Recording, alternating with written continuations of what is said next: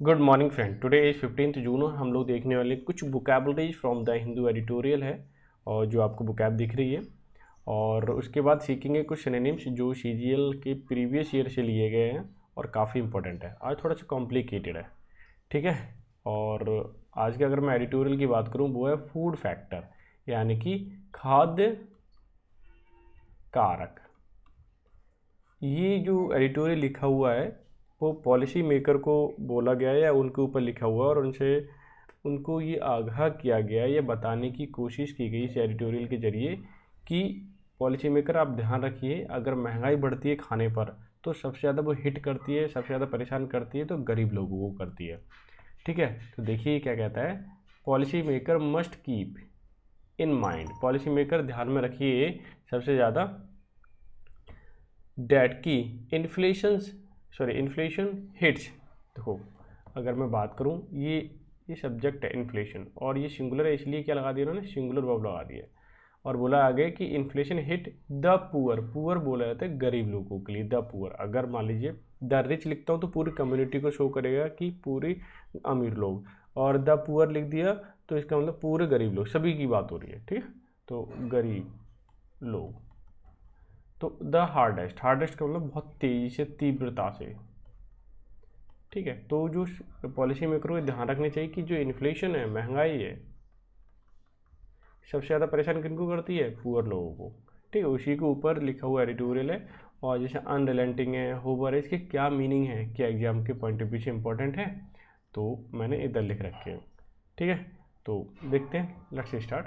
और कुछ आज नया सीखते हैं, कुछ नई वोकैब सीखते हैं। और लाइक शेयर कर सकते हो, अगर पीडीएफ चाहिए तो टेलीग्राम चैनल से ले लेना, ठीक है। अनरिलेंटिंग, बेरहम, कठोर, नेवर सीजिंग या परसिस्टेंट। परसिस्टेंट का मतलब लगातार होने से भी किसी भी चीज़ का, जैसे कोई कंटिन्यूटी के साथ आप पढ़ाई कर रहे हैं, मेरे से जुड़े हुए हैं, तो परसिस्टेंट है, ठीक है। होवर का मतलब आसपास होना, मर्डर आना, हैंग ओवर जिसको हम कहते हैं। लॉगिंग का मतलब संलेखन, प्रचालेखन बोल सकते हैं, या फिर अथॉरिंग। अथॉरिंग का मतलब कोई जैसे कि पावर में है, उसे अपने हिसाब से काम कर रहा है, उसके लिए बोलते हैं। दूसरा लकड़ी का टुकड़ा, ये भी बोला जाता है, ठीक है। तो ये यहाँ पे तो यूज इस वाले सेंस में नहीं हुआ है, इस वाले सेंस में हुआ है थॉरिंग के रूप में, तो आप ध्यान रखना है। एस्केलेटिंग का मतलब बढ़ाना होता है, तीव्र करना, इंक्रीज इन एक्सटेंट और इंटेंसिटी। स्टीप का मतलब तीव्र ढलान होता है। ये जैसे कह सकते हैं, मैं क्यों बोलो कि जो महंगाई है ना, स्टीपर फॉर्म में या स्टीपर पेश में आगे बढ़ रही है, बहुत तीव्रता से आगे बढ़ रही है, ठीक है। वो चीज़ यानी हैविंग अ शार्प इंक्लाइनेशन, यानी झुकाव। इंक्लाइनेशन का मतलब झुकाव। ध्यान रखना ये वर्ड आया हुआ है, बहुत काफ़ी रिपीटेड है, तो इसे मैं हाईलाइट कर देता हूँ, ठीक है। ये है और परसिस्टेंट, और ये वर्ड आए हुए हैं, ठीक है। नेक्स्ट है मैनिफेस्ट। मैनिफेस्ट का मतलब घोषणा पत्र होता है, प्रदर्शित करना, clearly revealed it to everyone, कि बिल्कुल स्पष्ट रूप से, जैसे इलेक्शन थे तो हर कांग्रेस पार्टी ने अपना मैनिफेस्टो बनाया, बीजेपी ने अपना मैनिफेस्टो बनाया, तो वो चीज़ होती है मैनिफेस्टो, यानी सबके सामने कोई चीज़ उजागर करना कि आप क्या सोच रहे हैं, क्या कर रहे हैं, ठीक है। अगर वीडियो आपको अच्छी लग रही है तो आप लाइक शेयर कर सकते हैं, ठीक है। अगर आपको हेल्पफुल है तो शेयर ज़रूर करें, जिससे कि हमारा मोटिवेशन बढ़े, ठीक है। और अब चलते हैं भाई क्विज पर। आज के क्विज क्या कहते हैं, और ये जो क्विज है ना, प्रीवियस ईयर के, ध्यान रखना, और काफ़ी इंपॉर्टेंट है, सबको हिट करना है। जेन्युइन का मतलब क्या होता है, रियल होता है, आपको पता ही, चलो ये आसान हो गया। फैब्रिकेट का मतलब तो मनगढ़ंत, ठीक है। एररनेस का मतलब होता है गलती। डिसेप्टिकल धोखेबाज। ऑथेंटिक का मतलब रियल। तो आप मुझे बताइए कि कौन सा होगा, जेन्युइन का जो सिनोनिम होगा वो आपका ऑथेंटिक हो जाएगा। नेक्स्ट है ट्रांसग्रेशन। ट्रांसग्रेशन का मतलब है किसी को छोटा सा पाप कर देना, ये तो बोल सकते हैं, ये गलती बोल सकते हैं, गलती करना, ठीक है। जैसे कि किसी के एरिया में घुसने की,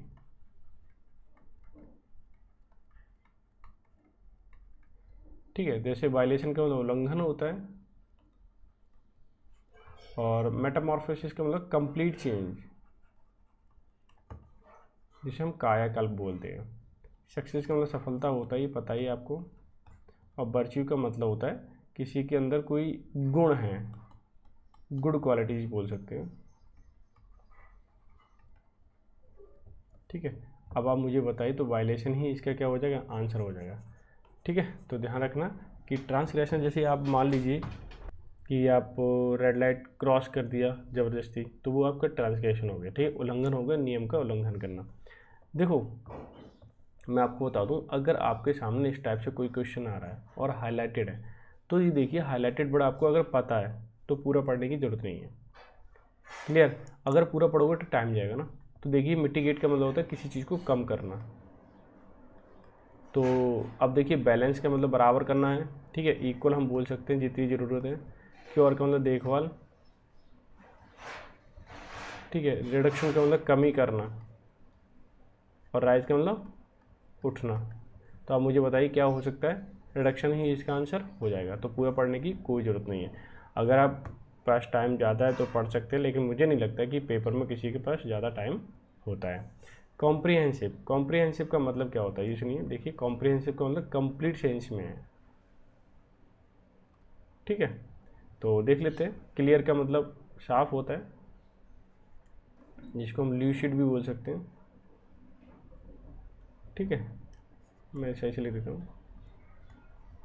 और सस्टेनेबल का मतलब लगातार बने रहना, लगातार कायम रहना या बने रहना, कुछ भी लिख दो। रिस्ट्रिक्टेड का मतलब जो जहाँ पर पाबंदी हो कि वहाँ ना जा सके।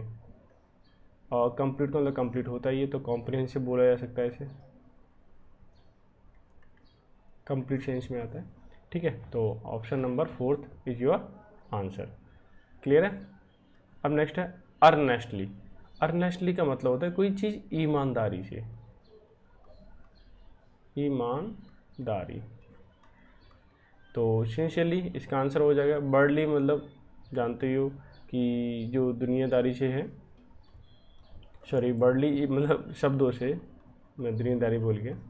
बरबोज का मतलब शब्दों से है, ये भी शब्दावली बोल सकते हो। और शब्दों का यूज करना, ज़्यादा शब्दों का यूज करना, ऐसे लिख दीजिए, ज़्यादा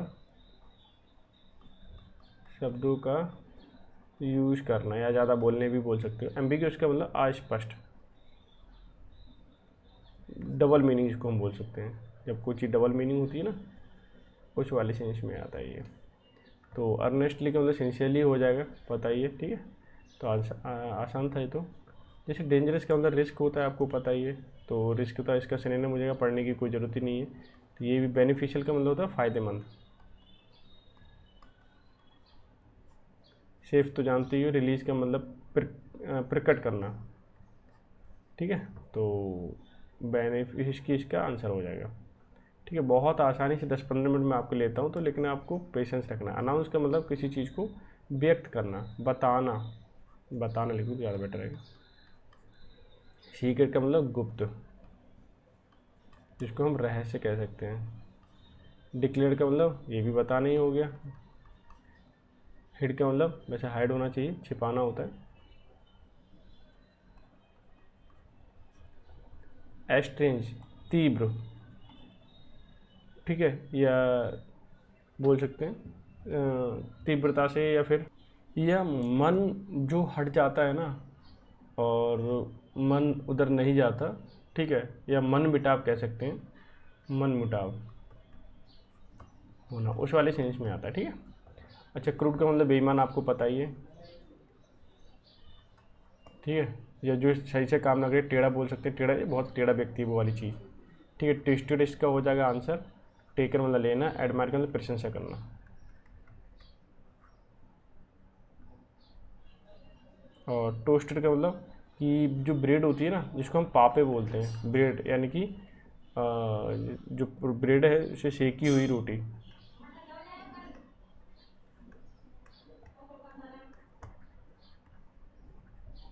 ठीक है। तो ये हो गया क्लियर। आंसर की अगर मैं बात करूँ, क्रूड का ट्विस्टेड हो जाएगा, टेढ़ा मेढ़ा, कि टेढ़ा व्यक्ति है ये। एनर्वेटेड, ठीक है। एनर्वेटेड ये इसका मतलब, एनर्वेट का मतलब किसी चीज़ को कमज़ोर करना। पहले पढ़ लेते हैं। The hot sun enervate the levers to extend he collapsed, कि वो कॉलेप्स हो गया, गिर गया, ढह गया, ठीक है, ये बहुत बार आता है, ढहना या गिरना। ठीक है, कमज़ोर करना, एलिवेट का मतलब कम करने से, कम करना। जैसे एलिवेट कहते हैं दर्द ज़्यादा हो रहा तो उसे ऐसी दवा दे दो कि एलिवेट हो जाए। वीक का मतलब कमज़ोर। एनर्जाइज का मतलब एनर्जी वाला, ताकतफुल, ताकतपूर्ण। ठीक है, एलिवेट का मतलब उठाना। ठीक है, तो आप आंसर की बात करें तो वीकेन हो जाएगा। नेक्स्ट है एक्जुब्रेंस का मतलब होता है कि किसी भी चीज़ में उत्साह होना। वाइब्रेंसी, तो वाइब्रेंसी वाइब्रेशन से बना है, वो उत्साह से ही है। ठीक है, तो ये उत्साह से ही हो जाएगा। इम्पार्शियलिटी मतलब भेदभाव ना करना, भेदभाव ना करना, पार्शलिटी भेदभाव करना होता है, ध्यान रखना। अच्छा, लेजीनेस क्या होता है, जैसे कि जो काम नहीं करता है, बैठा रहता है। क्लियर। अच्छा, मैं लिख देता हूँ, एक फ्रेज याद आ रही है, ईडियम याद आ रहा है, काउच पटैटो। ठीक है, याद रखना है आपको। अच्छा, काउच पोटैटो एक ईडियम होता है, इसका मतलब सुस्त। हाँ, अब याद आ गई हिंदी मुझे, पूरे दिन टीवी देखना आइडली ऐसे ही। ठीक है, तो लेजीनेस काउच पोटैटो ईडियम है, ये ध्यान रखना बहुत इंपॉर्टेंट है, और ये रिपीटेड है, ये भी बता दूँ मैं आपको। अच्छा, सिम्पथी का मतलब दया होता है।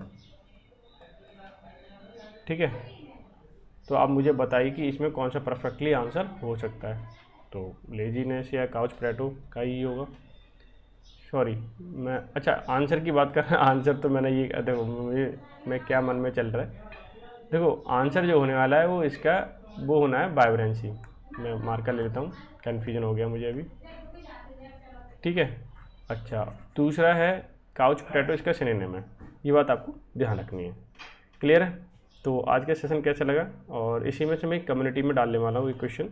ठीक है, तो उसे ज़रूर हिट कीजिए, लोगों को शेयर कीजिए अपने दोस्तों को, और कमेंट करके बताइए सेशन कैसा लगा, हेल्पफुल रहा या नहीं रहा। अच्छा, और क्या चाहते हैं आप कि मैं क्या आपके लिए लेके आऊँ, जिससे कि आपकी प्रिपरेशन में और हेल्प कर सकूँ मैं। ठीक है, तो आप मुझे कमेंट कर सकते हैं। और जैसे बहुत सारे स्टूडेंट ऐसे होते हैं जो पढ़ नहीं पाते हैं, पीडीएफ नहीं मिलती है, तो कमेंट भी कर दें। तो मैं ये कह रहा हूँ कि आप ना टेलीग्राम चैनल पे मेरा लिंक है, नीचे आपको दे रखा है, वहाँ जाइए, पीडीएफ लीजिए, डेली अपलोड हो जाती है, और उसे पढ़िए। ठीक है, और बस आपसे रिक्वेस्ट है कि उसे लाइक शेयर कर दीजिए, थोड़ा पूरा वीडियो देख लिया करो, और इससे क्या होगा, थोड़ी सी हेल्प मिलेगी मुझे, और मुझे काम करने में मज़ा आएगा। ठीक है, तो मिलते हैं नेक्स्ट सेशन में, तब तक के लिए bye bye, take care, have a good day.